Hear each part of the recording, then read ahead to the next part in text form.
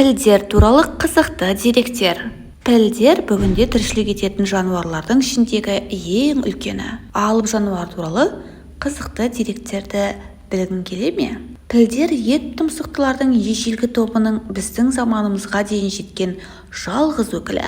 Ертеректе олардың 40 түрі болған. Олардың дені 12.500 жыл бұрын болған соңғы мұз дәуірінің соңына дейін тіршілік етіп көбейген. Бұл кезде ергежейлі пілдер, мамонттар және терілер тіршілік еткен, ал біздің заманымызға дейін жеткен ет тұмсықтылар саванна африкалық піл, африкалық орман пілі және азиялық піл. Пілдер бүгінгі жануарлардың ішіндегі ең үлкені.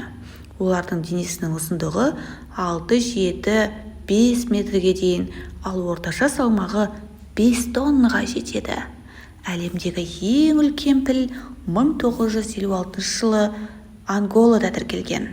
Оның салмағы шамамен 11 тонна, биіктігі 3,96 метр болған. Әлемдегі африкалық пілдердің саны 500 мыңға жуық, ал азиялық пілдердің популяциясы 35-50 мың аралығында.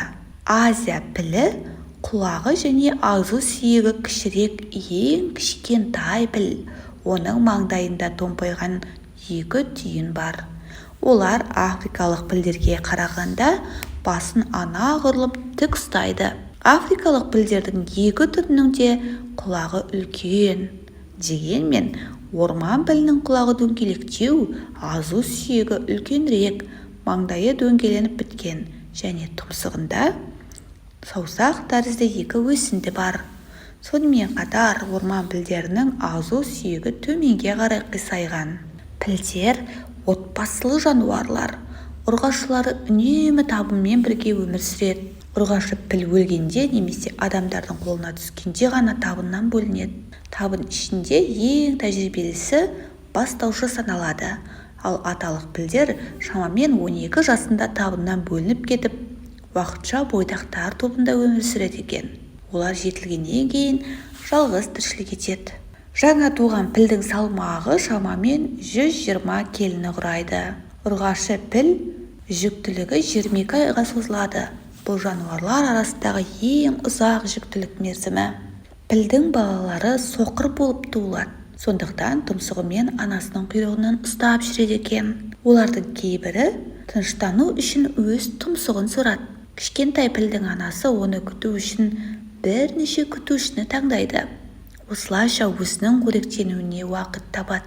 Тек пілдерде жерлеу рәсімі бар. Егер пілдердің бірі ауырып қалса, өзгелері оған тамақ әкеліп, қолдау білдіреді екен. Ал өліп қалған жағдайда отбасы біраз уақыт көлемінде оны су мен тамақтың көмегімен тірілтуге тырысады. Оның өлі екенін түсінгенде табында тыныштық орнайды. Әдетте олар аса терең емес қабір қазып, өлген пілді топырақпен және бұтақтармен жабады. Пілдердің өлген адамдарды да осылай жерлегені туралы оқиғалар белгілі. Жер бетіндегі жануарлардың арасында миы ең үлкені піл. Олардың миының салмағы 5 келіні құрайды. Сондықтан оларды қолға үйретуге болады. 60 бұйрыққа дейін жаттай алады екен пілдер. Сонымен қатар, пілдер мұңайып, уайымдап, сағынып, өзге тұқымдастарына көмектесе алады. Сондай-ақ кейбірі музыкаға, сурет салуға қабілетті. Пілдер өз арасында және алыстағы өзге табындармен, дыбыстармен, аяғымен тарсылдату арқылы тілдеседі. Олар шөппен қоректенеді. Тәулігіне 2-3 сағат қана ұйықтайды. Денесі үлкен болғандықтан көп уақытын қорек іздеумен өткізеді. Дерек бойынша олар бір тәуліктің 20 сағатын тамақ іздеуге жұмсайды. Тәулігіне 45-тен 450 келіге дейін шөп жеп, 100-300 литр су ішеді. Пілдердің тәбеті жақсы болғандықтан тістері тез ескіреді және 6-7 рет ауысады екен.